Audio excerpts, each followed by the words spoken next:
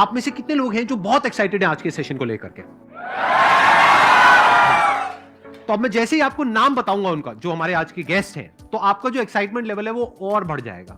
ये बताने से पहले कि गेस्ट कौन है, मैं आपको थोड़ा सा बताता हूं YouTube के बारे में। YouTube में क्या है कि पूरे वर्ल्ड की अगर बात करी जाए तो करोड़ों चैनल्स हैं जो अलग अलग जॉनर्स में हैं, अलग अलग कैटेगरीज में हैं। उसमें से दो बड़ी कैटेगरीज हैं, मोटिवेशन और एजुकेशन। पूरे वर्ल्ड में जो वर्ल्ड का नंबर 1 मोटिवेशन चैनल है वो मेरा है, और जो वर्ल्ड का नंबर 1 एजुकेशन चैनल है किसी इंडिपेंडेंट क्रिएटर का, वो उनका है, जो कि हमारे गेस्ट हैं। उनके 17 मिलियन से ज्यादा सब्सक्राइबर्स हैं। Please give an energetic and warm welcome to the one and only Khan sir.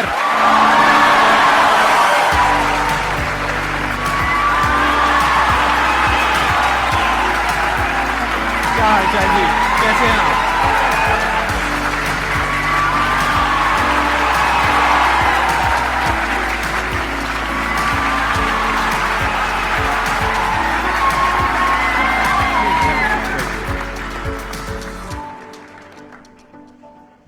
इससे पहले कि ऑडियंस आपसे कुछ पूछे या इंटरेक्ट करे, मेरे माइंड में एक क्वेश्चन है आपके लिए जी।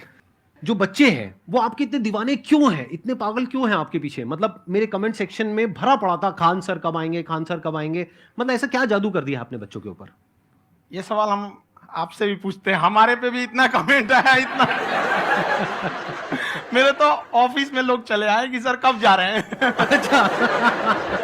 क्योंकि हम लोग का तो एग्जैक्ट है वही पढ़ाना है। हाँ। तो देखिए, हम लोग का मेन है कि बच्चों को जो जरूरत रहती है कि अगर लड़का पढ़ने आया रहा ना, उसके मन में कोई डाउट ना रह जाए। हम उसको कहते हैं कि हम तुम्हें पढ़ा रहे हैं, दम है तो भूल के दिखाओ, याद करके नहीं।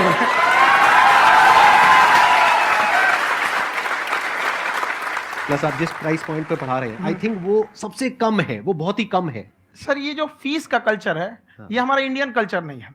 हमारा इंडियन कल्चर गुरु दक्षिणा है, उस हिसाब से वो सही है। ऑक्सीजन जैसे जिंदगी के लिए जरूरी है, वैसे एजुकेशन जरूरी है। कोई ये नहीं कह सकता है कि पैसे की वजह से वो खान सर के यहां से लौट गया। क्या बात है।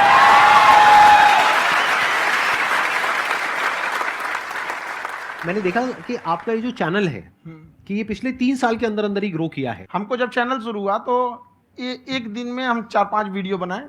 एक हमको कुछ आता, आज भी नहीं आता इतना, तो हम देख के कैमरा उमरा तो हम कंफ्यूज हो गए, बाप रे। तो हम एक ही दिन में वीडियो शूट किया, पढ़ाने वाला टॉपिक था हमको। उसके बाद कभी वीडियो नहीं, 6-7 वीडियो एक ही बार शूट कर लिए। और एक जो थे जिनका कैमरा वगैरह था, मेरे पास कैमरे भी नहीं थे उस टाइम, और कैमरा 35,000 का था। तो 6 महीना इसी में लग गया, जो 35,000 इसी में फंस जाएगा। तो उनके कैमरे से शूट किए, उन्होंने कोई चार्ज लिया, उसके बाद हम छोड़ ही दिए। लॉकडाउन लगा, तब हम कहें आप कैसे पढ़ाएंगे? हो तो 1 दिन 2 दिन करते करते अचानक लंबा हो गया। तब हमको याद आया कि ओहो, मेरा एक चैनल भी है वहाँ पे। तो उस समय उस पर लगभग 30,000 सब्सक्राइबर हो चुके थे। तो जैसे लॉकडाउन लगा तो उस पर पढ़ाना चालू किया, और पता नहीं क्या लोगों को पढ़ाई में इतना इंटरेस्ट आ गया कि आपका स्टाइल ऐसा है थोड़ा सा, आप आई थिंक पढ़ाई के साथ साथ में जो बीच बीच में आप थोड़ा बहुत छोड़ते रहते हैं ना, मतलब जो एंटरटेनमेंट चलता रहता है। ये बात हम देखिए, जब हम गुलाम थे ना, तो अंग्रेजों ने एक चाल चला था कि भारत को हम फिजिकली गुलाम रखेंगे 100-200 साल, मेंटली 1000 साल कर देंगे। उन्होंने पढ़ाई का मॉडल चेंज कर दिया। उन्होंने ऐसा डिजाइन किया कि ये टीचर की रिस्पॉन्सिबिलिटी है, वो पढ़ा के चला जाए। टीचर की रिस्पॉन्सिबिलिटी यहां खत्म नहीं हो जाती। पढ़ाना तो कोई भी पढ़ा सकता है, टीचर की इससे बड़ी रिस्पॉन्सिबिलिटी होती है उसे समझाना। वो समझा कि नहीं समझा। अगर लड़का आपके समझाने के बाद डाउट रह गया तो ये आपकी गलती है। लड़का हमसे पूछता है सर इतनी भीड़ है आपके पास, तो कहते सर डाउट कैसे पूछेंगे? हम कह रहे यार तुम्हारा डाउट बचेगा तब ना पूछेगा तुम डाउट यहाँ पर।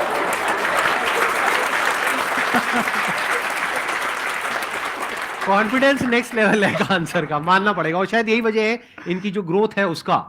किसी ने शायद सपने में भी नहीं सोचा होगा कि पिछले 2 साल के अंदर अंदर जो आपके चैनल की ग्रोथ हुई है, जैसे आप खुद ही बता रहे हैं कि लॉकडाउन के टाइम पे आपके 30,000 के करीब सब्सक्राइबर्स थे, आज की डेट में 17 मिलियन है। और मेरा एक क्वेश्चन और है, इससे पहले कि ऑडियंस में से आपसे कोई क्वेश्चन पूछे, कि कई बार आप ऐसे भी टॉपिक्स टच करते हैं जो थोड़े से कंट्रोवर्शियल हैं या थोड़े से सेंसिटिव हैं, जिसके ऊपर बात करने की हिम्मत आई थिंक बहुत ही कम लोगों में है। तो आपको कभी ये नहीं लगता है कि कहीं ज्यादा तो नहीं हो रहा है, इसको थोड़ा रोक देते हैं, थोड़ा कम कर देते हैं? क्योंकि कोई लाइन ही नहीं है वैसे तो बोलने को, तो आप कुछ भी बोल दो, कितना भी बोल दो। हुई है कंट्रोवर्सी बहुत बार। एक्चुअली बचपन से हमको फौज में जाना था, और फौज वालों के लिए ये सब मायने नहीं रखता। उसको करना है मतलब करना है, तुम सामने कुछ भी रहो, डजंट मैटर।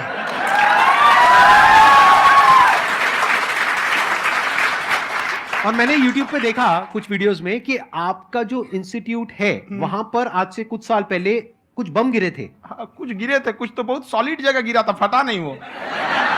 मतलब आपके आसपास। हाँ, बम को भी पता है कि टीचर की इज्जत किया जाता है। क्या बात है, क्या बात है। मैं समझ पा रहा हूं कि ये आपके अंदर जो एटीट्यूड है ये कहां से आ रहा है, क्योंकि आप बचपन से ही फौज में जाना चाहते थे, तो आप जंग के मैदान में ही खड़े हैं एक तरीके से। बस फर्क ये है कि आपके हाथ में कलम है, हथियार ना हो करके। हथियार से एक आदमी की जान जा सकती है, हाँ। कलम से बहुत ताकत होता है। शिक्षा एक ऐसा हथियार है ना, हर कुरीतियों से लड़ सकता है, हर तरह की समस्याओं से। और ये एक ऐसा हथियार है, मेटल डिटेक्टर में भी नहीं पकड़ाता है।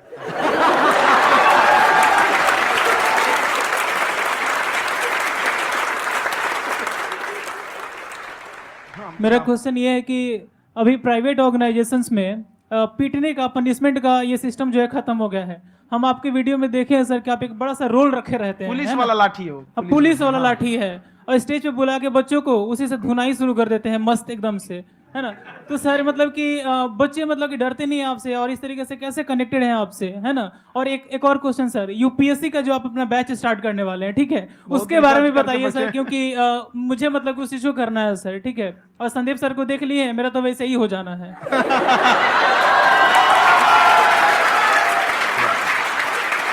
क्या हो जाना है? मेरा पूरा कंप्लीट करो। I'll be an IAS officer next year because I have seen you, sir. My day is like complete, sir. All the best. Thank you so much, sir. Thank you. पूरा बोला करो। Thank you. देखिए, लड़कों को जहां तक पीटने की बात है, जब पढ़ाने की बात आएगी तो उसको हम पूरे बेहतरीन ढंग से पढ़ाएंगे। लेकिन जब सजा देने की बात आएगी ना, तो वो भी बेहतरीन ढंग से होगा। ऐसा थोड़ी होगा कि बस एक ही चीज बेहतरीन ढंग से होगा। और डर का होना बहुत जरूरी है। ये डर भी अपने आप में एक मोटिवेशन है, क्योंकि जब आपके अंदर एक थोड़ा सा डर रहे ना, तो डर के भागिए मत। एक ऐसा डर जिसको आप लगे कि नहीं नहीं थोड़ा सा और करने की जरूरत है, फिर तो ये हम इसको क्रॉस कर जाएंगे आप। तो लड़कों के अंदर ये डर बनाना भी जरूरी रहता है। और रही बात यूपीएससी वाले की, जो आपने बोला, बहुत सारे लड़के वेट कर रहे हैं यूपीएससी की, क्योंकि 2-2.5 लाख फीस सारे लोग एफोर्ड नहीं कर सकते। और हमारा वही रहता है, हम तो ज्यादातर हमारे स्टूडेंट देखेंगे तो किसी के रिक्शा वाला, सब्जी वाला, यही लोग, इनको तो 2.5 लाख रुपया, इनके पास पूरी संपत्ति नहीं होती है, फीस कहां से भरेंगे वहां पे, उसके बाद रहेंगे कहां से? तो ऑल ओवर इंडिया से, कश्मीर से कन्याकुमारी तक, गरीब से गरीब भी लड़का उसको पढ़ सकता है। यही कुछ 1000 रुपये मंथली, 12-14 हजार साल का पड़ेगा, खत्म हो जाएगा, इतना नहीं।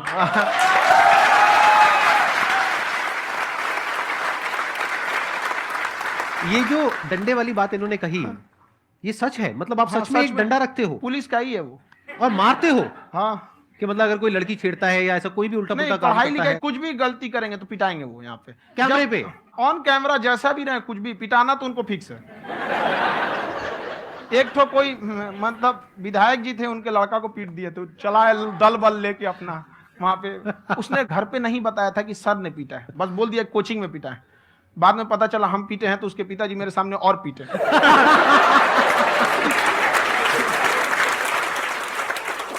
सर आपका सबसे बड़ा डर क्या है, आप दोनों का? फौजी को डरे नहीं लगता है। बाकी अब सर से पूछिए। आज के सेशन से पहले कोई डर नहीं था, लेकिन अब मुझे इनकी डंडे वाली कहानियां सुन करके डर लग रहा है कि कहीं मैंने गलती से कुछ बोल दिया अरे ऐसा और नहीं, इन्होंने कहीं पीछे कुछ रखा हुआ है, और यही आ करके अगर इन्होंने मेरी पिटाई कर दी तो बहुत बुरा हो जाएगा। तो इसलिए हमको थोड़ा डर लग रहा है।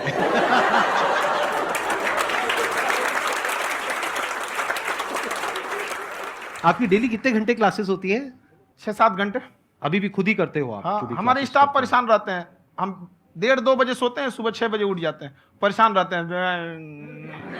अरे इतना क्यों करते हो, है ना? क्योंकि उनको भी साथ साथ लगना पड़ता है ना। उनको साथ साथ लगना पड़ता है। हम जग गए हैं तो कोई सोया थोड़ी रहेगा, परेशान रहते, दिन में सोते ही नहीं है बेचारा, कहीं कहीं जाके सोते रहता है। तो हम सिर्फ बांध दिए कि भाई तुम इस समय सो जाना, तुम इधर सो जाना। आपकी शादी हो गई है? नहीं हुई है अभी? मेरी खुशहाली देख के आप आइडिया लगा सकते हैं।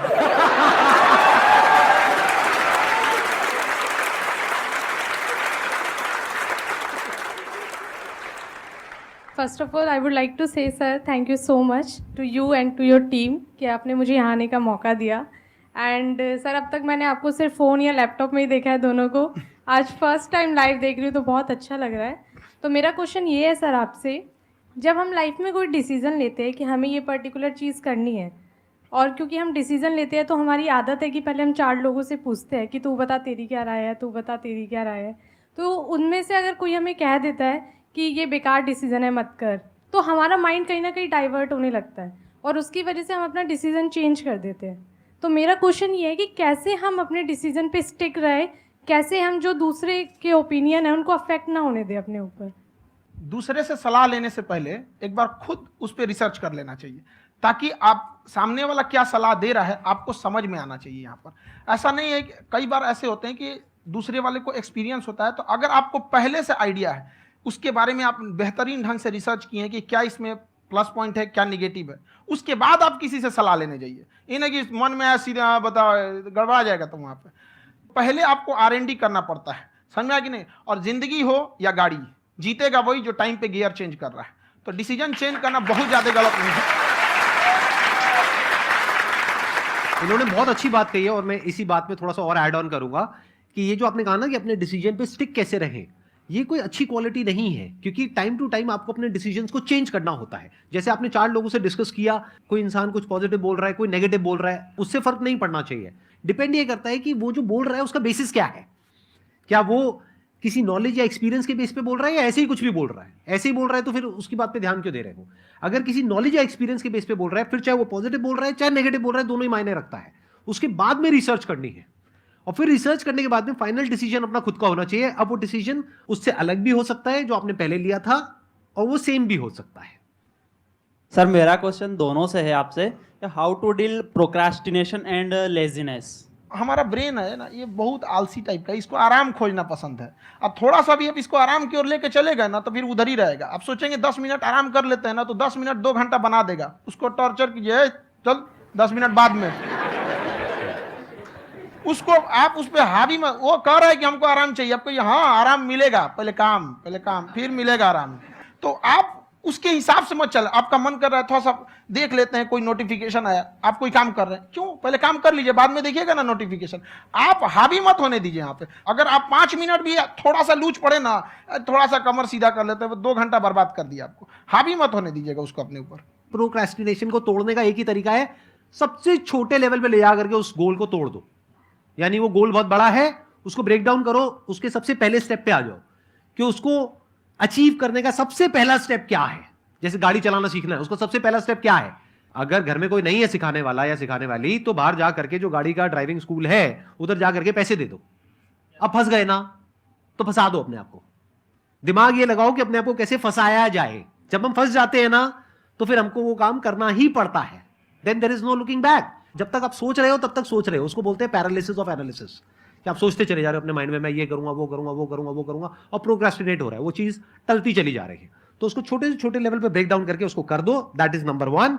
और जैसे ही करना शुरू करते हो, कोशिश करो कि उसको जब तक कि आप सही से नहीं कर लेते हो उसको छोड़ना नहीं है, तो आपकी लेजीनेस भी खत्म हो जाएगी। कई लोगों को तो हमने देखा जो सप्ताह में कुछ भी नहीं करता, वो भी संडे को आराम कर रहा है।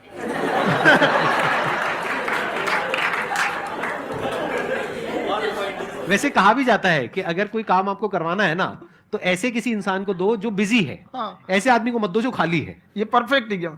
किसी को भी आप देखिएगा जिसको आप कहते हैं कि मतलब थोड़ा ठीक ठाक आप समझते हैं कि नहीं ये बहुत आगे निकल, वो एक काम को खत्म करने के बाद कभी आराम नहीं करेगा। एक काम खत्म हुआ उसको लगेगा हाँ एक खत्म हो गया, अब दूसरा करना चाहिए। और वही जिसको देखिएगा एक खत्म हो गया और आराम करना चाहिए, कभी नहीं, लाइफ में आखिरी सांस तक। सर यहाँ पे सब हिंदी में पूछते हैं, इंग्लिश में पूछते हैं, मैं भोजपुरी में पूछूं? जौन भाषा ठीक लगे तोने में पूछ दो। हाँ सर।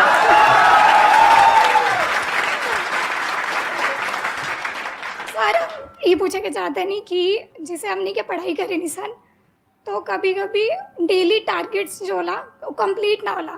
अगर टारगेट्स कंप्लीट भी होला तो फिर ऐसा इरिटेशन या फिर वो एंजाइटी या फिर कि और करना है या फिर अभी नहीं हुआ, वो चीज़ हमेशा रहेला। तो वो कम कैसे करल जाए? देखिए टारगेट्स को ना हम लोग को एक अपने हिसाब से पहले फिट करना चाहिए। ऐसा नहीं कि दूसरे किसी इंसान को देख के हम टारगेट फिट कर ले। कोई लड़का 8 घंटा पढ़ रहा है, कोई पहली बार अभी पढ़ना ही चालू किया, उसको देख के 8 घंटा पढ़ेगा तो पढ़ाई छोड़ देगा। तो आप अपनी क्षमता के हिसाब से देखिए कि आप कितना पढ़ सकते हैं। अगर आपने एक घंटे को बना लिया कि हम 1 घंटा पढ़ सकते हैं, अगले 1 हफ्ते तक उसको सस्टेन रखिए। जिम में कैसे करते हैं लोग, पहले दिन उठा लीजिएगा 1 कुंटल तो हार्ट अटैक हो जाएगा। तो वो धीरे धीरे टारगेट सेट कीजिए और अपनी क्षमता को भी देखिए। हर इंसान की क्षमता अलग है। कंगारू को देख के हाथी छलांग मारेगा, पैर तोड़ के बैठ जाएगा।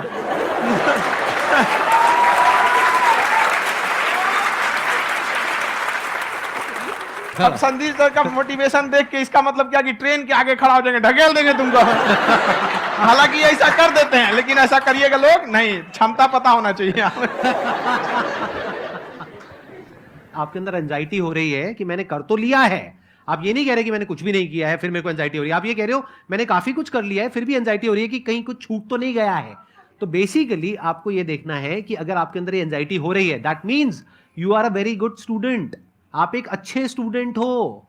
क्यों? क्योंकि बहुत सारे स्टूडेंट्स तो ऐसे हैं उनको पढ़ने के नाम से एंजाइटी होती है।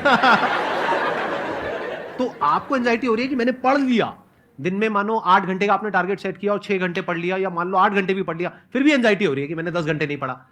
तो ये तो अच्छी क्वालिटी है ना, ये तो एक ब्रिलियंट स्टूडेंट की क्वालिटी है, क्योंकि एंजाइटी उसी को होती है जो केयर करता है, जिसको परवाह है, उसी की तो एंजाइटी होती है। जैसे माँ को अपने बच्चे की, जैसे एक माँ को अपने बच्चे को लेकर के एंजाइटी होती है। हंस लो मजाक उड़ा लो मेरा। कोई बात नहीं, एडिट कर देंगे इसको हम। हाँ।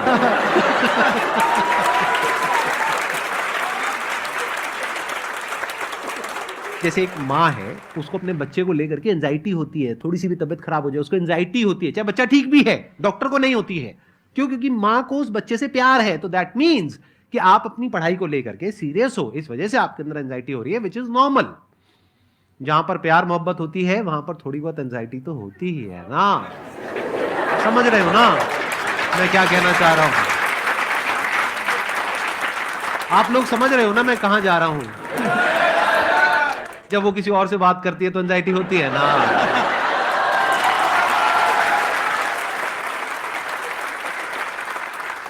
सर आपकी स्टोरी हमने सुनी थी, तो एक टाइम आया था जब आप गंगा किनारे जाके बैठ गए थे, उस समय आपको कुछ समझ नहीं आ रहा था, तो उस समय मतलब आपने ये डिसीजन कैसे लिया कि अब आगे नहीं, यहाँ से अब वापस जाना है? रास्ता ही नहीं था। घर जाने के लिए एटलीस्ट 90 रुपए चाहिए थे, जेब में 40 रुपए थे, कैसे घर जाते हैं? और हम गंगा के किनारे चुपचाप बैठे बैठे हम कहें कि अब बहुत टेंशन हो गया, अब घर जाना चाहिए। रूम पे तो किराए के रूम पे ही आदमी सारे लोग रहते, गए वहां पे तो रूम लॉक हो गया था। तुम खटखटाए तो ऊपर से गुस्सा से बोले जो ऑनर थे, क्या टाइम हो गया है? तुम कहे 9-10 बज रहा होगा। घड़ी देखिए तो 2 बज रहा था रात का, 2-2:30 बज गया था वहाँ। टेंशन में आप तो होता है, कई बार ऐसा समय आएगा कि लगेगा जैसे अब कुछ नहीं हो सकता है, तो इससे घबराना नहीं है। कभी कभी गुच्छे की आखिरी चाबी भी ताला खोल देती है। जो बातें आपने बताई कि घर में प्रॉब्लम ये तो बहुत लोगों ने फेस करी वहां पर, आप अकेले नहीं है, बहुत लोगों ने ये प्रॉब्लम्स फेस करी, बहुत तरह की प्रॉब्लम्स देखी, बहुत तरह की स्ट्रगल्स देखी, लेकिन वो सब इतने कामयाब नहीं हो पाए जितने कि आप हुए। तो आपके अंदर ऐसा कुछ ना कुछ है जो औरों के अंदर नहीं है। तो वो मैं जानना चाह रहा हूं कि वो ऐसा क्या था जहां से कि आपका दिमाग यहां तक सोच पा रहा है कि मैं पूरे इंडिया में इतने बड़े लेवल का चेंज लेकर के आ सकता हूं, एजुकेशन फील्ड में रेवोल्यूशन लेकर के आ सकता हूं। ये सोचना ही बहुत लोगों के बस का नहीं है। मेरी एक खुद की थिंकिंग, अगर हमको कोई 100 रुपए किसी काम के लिए दिया, हम सबसे यही करते हैं, तो हम कोशिश करते हैं उसे 200 का रिटर्न दे। अगर कोई हमसे 200 रुपया फीस दे रहा है, 250 दे रहा है, तो हम उसको ये कोशिश करते हैं कि तुम्हें ऐसा लगे कि नहीं भैया हमने 10-20 हजार का पढ़ लिया यहाँ पर। वो ईमानदारी से कभी कमी नहीं। और हमेशा अगर हम प्रॉमिस एक्स का करते हैं तो डिलीवर 4x करना चाहते हैं। ध्यान से सुनना और ध्यान से समझना इस फर्क को। अगर आप समझ पाए तो बहुत आगे जाओगे लाइफ में। एक वो होते हैं जो ये सोचते हैं कि हमें सब कुछ मिल जाए, हमें कुछ भी करना ना पड़े। दूसरी कैटेगरी होती है लोगों की जिनको जितना मिलता है उसमें भी चोरी चकारी करते हैं या कोशिश करते हैं कि उससे कम दे सामने वाले को जितना कि हमें मिल रहा है। तीसरी कैटेगरी होती है लोगों की जो इनके जैसे लोग होते हैं, वो क्या करते हैं, वो ये सोचते हैं कि अगर मैंने किसी से 1 रुपए भी लिया, देखा जाए तो 200-250 रुपए कुछ भी नहीं होता है, 200-250 रुपए अगर मैंने लिया तो कैसे उसको 400 रुपए की वैल्यू दूं। ये जो थिंकिंग है ना, यही एक फर्क होता है एक ऐसे इंसान में जो बहुत आगे निकल जाता है और उस इंसान में जो मीडियोकर रह जाता है। आप अपने आप को अपने आप के ऊपर समय दीजिए, उसको डेवलप कीजिए। जब आप अपने आप के ऊपर खर्च करते हैं तो आने वाले समय में लोग गूगल पे आपको सर्च करते हैं। क्या बात है सर, ये आपने अभी बनाया है या ये कोई पुराना आपका वो है? बनते रहता है, इसे फ्लो में बन जाता है। आपके अंदर ना सर एक कवि छुपा हुआ है कहीं ना कहीं जो बाहर आना चाहता है। कभी ना कभी आपने सोचा होगा कुछ? कभी कभी देखिए, एक चीज है, संगत का बहुत अच्छा असर पड़ता है। ये चीज को हमेशा, संगति का मतलब लोग हल्के में ले लेते हैं। संगति का मतलब होता है संग संग गति। तो अच्छे लोग के साथ रहेंगे तो संग संग अच्छी गति होती जाएगी, खराब में रहेंगे तो ये भी होता है। बट अपने आप को थोड़ा सोचना चाहिए कि हम केवल जी के मर जाएं इसके लिए नहीं आए हैं। लोग कहते हैं कि सर नाम क्यों नहीं बताते अपना। हमारी एक ही सोच है कि जाने के बाद इस दुनिया से हमको मतलब एक चीज देना चाहते हैं स्टूडेंट्स को, कि वो याद करें कि इस पैसे की भाग दौड़ की दुनिया में हर कोई दोनों हाथ से लूटने में लगा है, खाली हाथ जाने के लिए ये सबको लगा है। तो हर कोई को ये सोचना चाहिए कि था कोई इंसान जो इतने कम फीस में इतनी शिक्षा जो महंगी थी, जो कमाने का रास्ता था, उसको भी एकदम कंपटीशन इतना कर दिया कि अब लोगों को अपनी फीस बढ़ाने में डर लगता है कि अरे यार, लड़का कमेंट करता है कि खान सर इतना ले रहे हैं, आप बहुत बड़ा टीचर हो गए।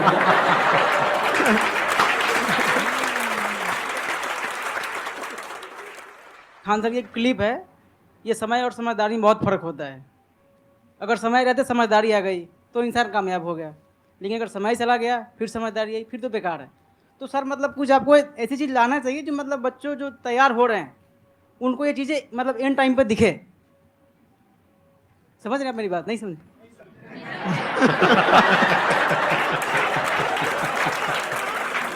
यही होता है सर का मोटिवेशन ज्यादा हो जाता है।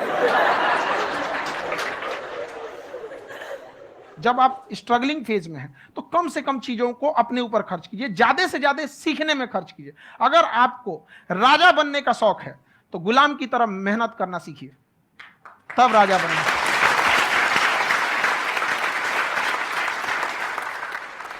ये दुख, ये दर्द, ये सब तेरे अंदर है। तू अपने बनाए इस पिंजड़े से बाहर निकल के देख, तू अपने आप में एक सिकंदर है।